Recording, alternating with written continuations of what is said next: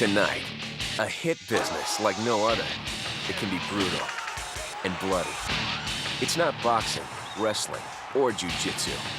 It's all of them. A mix of muscle and mayhem that's become the nation's fastest growing sport.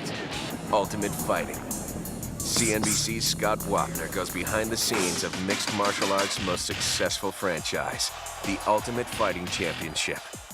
Meet the man who brought it from its outlaw beginnings. Everybody was terrified of it. Porn is on pay-per-view, okay? The UFC wasn't allowed on pay-per-view. That's how bad it was. And transformed it into a mainstream success. We figured out how to run this business without any help from anybody. The question is, how fast can we keep this thing growing? From the billionaire backers who almost called it quits. And I said, look, you got to get me out of this thing. These guys are my good friends, and I just blew $44 million of their money. To the champ who did throw in the towel. Biggest name in the history of your sport walks away. It won't be the last guy. You can't make everybody happy. It's a no-holds-barred look at the biggest brand in brawling. Now, the CNBC original documentary, Ultimate Fighting, from Bloodsport to Big Time. From Las Vegas, here's correspondent Scott Wapner. This is the Octagon, the ring, if you will, for mixed martial arts' most successful franchise, the UFC, the Ultimate Fighting Championship. Usually it's not this quiet. The action that takes place in here has been called everything from an organized street fight to human cockfighting. An extreme sport indeed, and extremely popular. In fact, for the UFC, the Octagon has become a 21st century gold mine. This year alone, it's projected to take in $200 million. We begin with the man who's transformed the UFC from a rogue venture on the fringe of society to a mainstream entertainment powerhouse. He's a relentless force of nature named Dana White. At 6 feet and a chiseled 210 pounds, Dana White looks every bit the ferocious Ultimate Fighting champion. Only this knockout artist has won most of his fights without landing a single punch. As the UFC's president and unabashed frontman, White rescued the league from near extinction. He salvaged a franchise with ragtag beginnings outlawed in most states and raised it to new heights of popularity and prosperity, all the while displaying a shrewd business sense and a healthy dose of his trademark bravado. Hi, babe. I'm not the smartest guy you're ever going to meet, not even close to it, but I know fighting. And I know for a fact there's nobody in mixed martial arts that knows more about the business than I do. A college dropout from South Boston, White's rise to the top of the UFC was anything but certain and hardly your typical corporate career path. He held jobs as a hotel bellman and aerobic kickboxing instructor and had run a couple of gyms before he convinced childhood friends Lorenzo and Frank Fertitta to buy the near-bankrupt league in 2001. We bought this thing when it was as low as it could possibly get. Nearly dead. Was dead. The biggest organization in the world, the first organization in the world, the UFC, was going out of business, okay? And there was no hope in sight. But the Fertittas, billionaire owners of the Station Casino empire, rolled the dice. They bought the UFC for $2 million, invested $44 million more, and put an untested White in charge.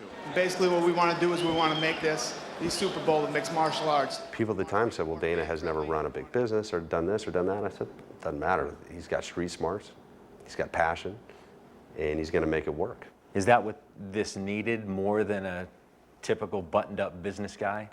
If this business was run by some Harvard MBA, it probably wouldn't have worked, because so many things are non-conventional. Unconventional is probably one of the more polite things the Ultimate Fighting Championship has been called since it burst onto the American scene in 1993 as a mix of wrestling, boxing, Brazilian Jiu-Jitsu, and other martial arts. It's 3 5-minute rounds of testosterone-fueled fury that end by decision, knockout, or the unmistakable surrender known as a tap-out. It's over. Once condemned for being too brutal, banned from television, and on the brink of bankruptcy.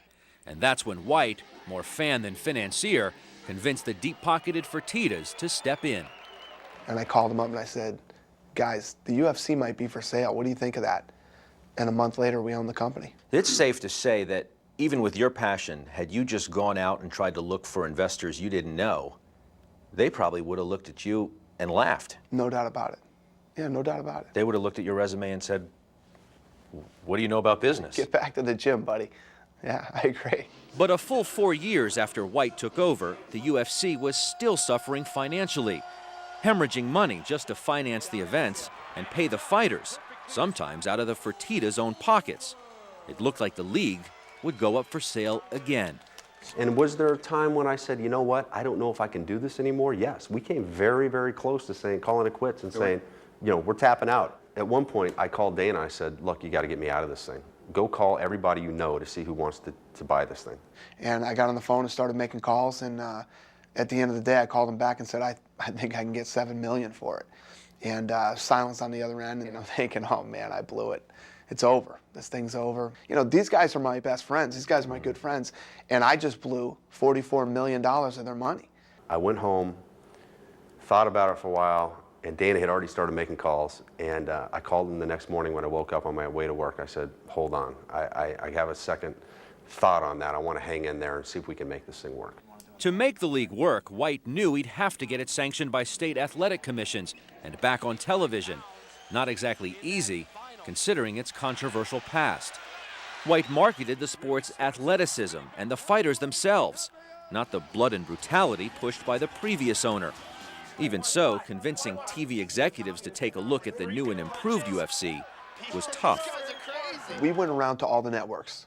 We pitched them every type of show you could think of. Everybody was terrified of it. They were still thinking of it as the old product. Yeah, they were terrified.